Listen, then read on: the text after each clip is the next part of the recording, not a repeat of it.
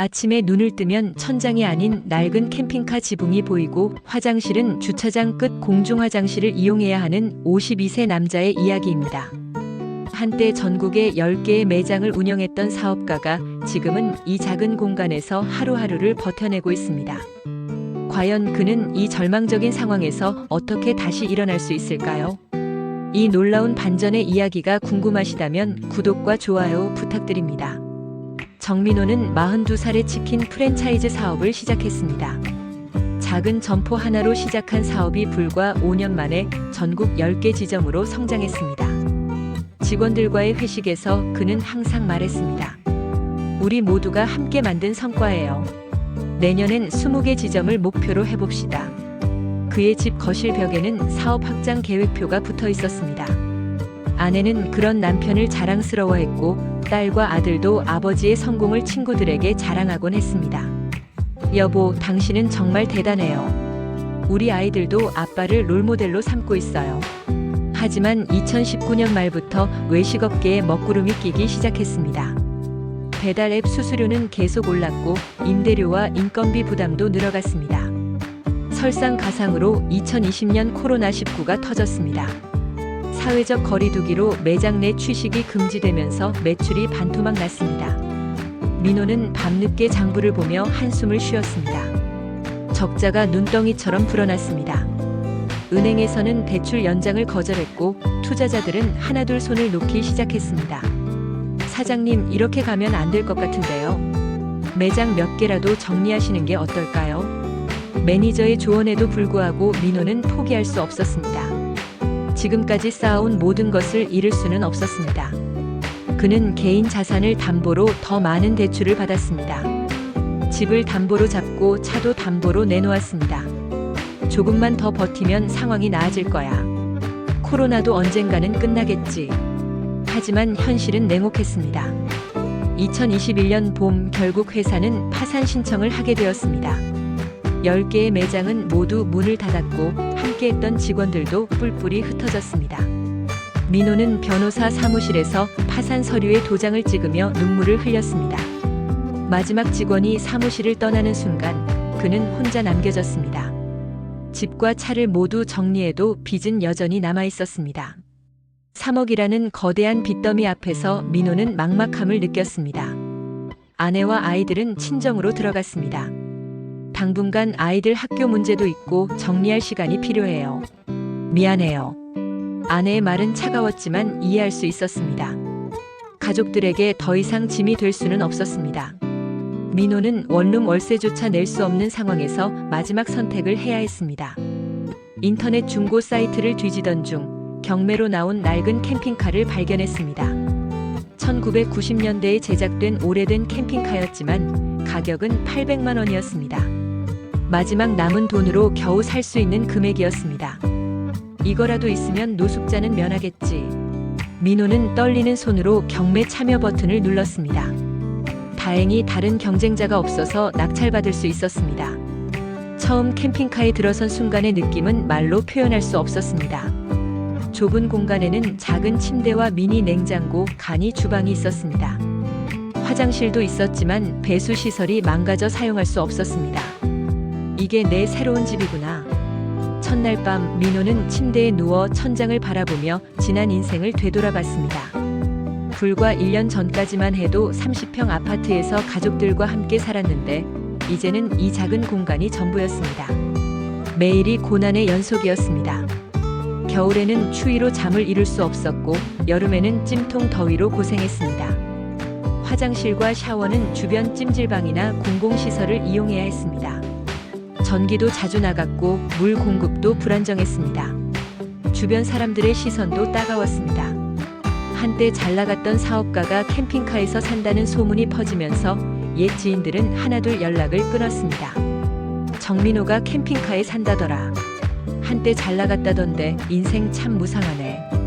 그런 뒷말들이 들려올 때마다 민호는 가슴이 아팠습니다. 하지만 아직은 버틸 수 있다고 자신에게 말했습니다. 그래도 지붕이 있고 잠잘 곳이 있으니 다행이야. 언젠가는 다시 일어날 수 있을 거야.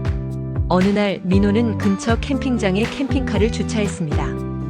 그곳에서 캠핑을 즐기는 동호회 사람들을 만나게 되었습니다. 처음에는 서로 어색했지만 시간이 지나면서 자연스럽게 대화를 나누게 되었습니다. 형님, 혼자 캠핑 오셨어요? 저희와 함께 식사하시죠. 오랜만에 사람들과 함께 하는 시간이었습니다. 캠프파이어를 피우고 고기를 구워 먹으며 이런저런 이야기를 나누었습니다. 민호는 자신의 처지를 솔직하게 털어놓았습니다. 사실 저는 사업에 실패해서 지금 캠핑카에서 살고 있어요. 그런데 사람들의 반응은 의외였습니다. 비난이나 동정의 시선 대신 따뜻한 격려를 해주었습니다. 형님, 인생 뭐 있습니까? 여기서부터 다시 하면 되죠. 저희도 다 각자 사연이 있어요. 그날 밤 오랜만에 마음이 따뜻해졌습니다. 혼자가 아니라는 느낌, 아직 세상에는 따뜻한 사람들이 있다는 것을 깨달았습니다. 며칠 후 동호회 멤버 중 한 명이 제안을 했습니다. 형님, 요즘 캠핑 유튜브가 인기래요. 형님 이야기 들어보니까 많은 사람들이 공감할 것 같은데 한번 해보시는 건 어때요? 처음에는 말도 안 된다고 생각했습니다. 52세의 유튜브라니, 게다가 자신의 실패담을 공개한다는 것은 상상도 할 수 없었습니다. 내가 뭘 안다고 유튜브를 해요. 게다가 이런 꼴로 살고 있는데 누가 보겠어요. 하지만 시간이 지나면서 생각이 바뀌었습니다. 어차피 잃을 것도 없고 혹시나 하는 마음에 도전해보기로 했습니다. 중고 노트북을 하나 구입하고 스마트폰으로 영상을 촬영하기 시작했습니다. 편집은 인터넷 검색을 통해 하나하나 배워갔습니다. 첫 번째 영상은 사업 실패 후 캠핑카 생활기라는 제목으로 올렸습니다. 조회수는 겨우 15회였습니다. 두 번째, 세 번째 영상도 비슷했습니다. 하지만 포기하지 않았습니다. 솔직한 일상과 진솔한 감정을 담아 영상을 계속 올렸습니다. 캠핑카에서의 요리, 겨울나기, 화장실 이용하는 법 등 현실적인 내용들이었습니다.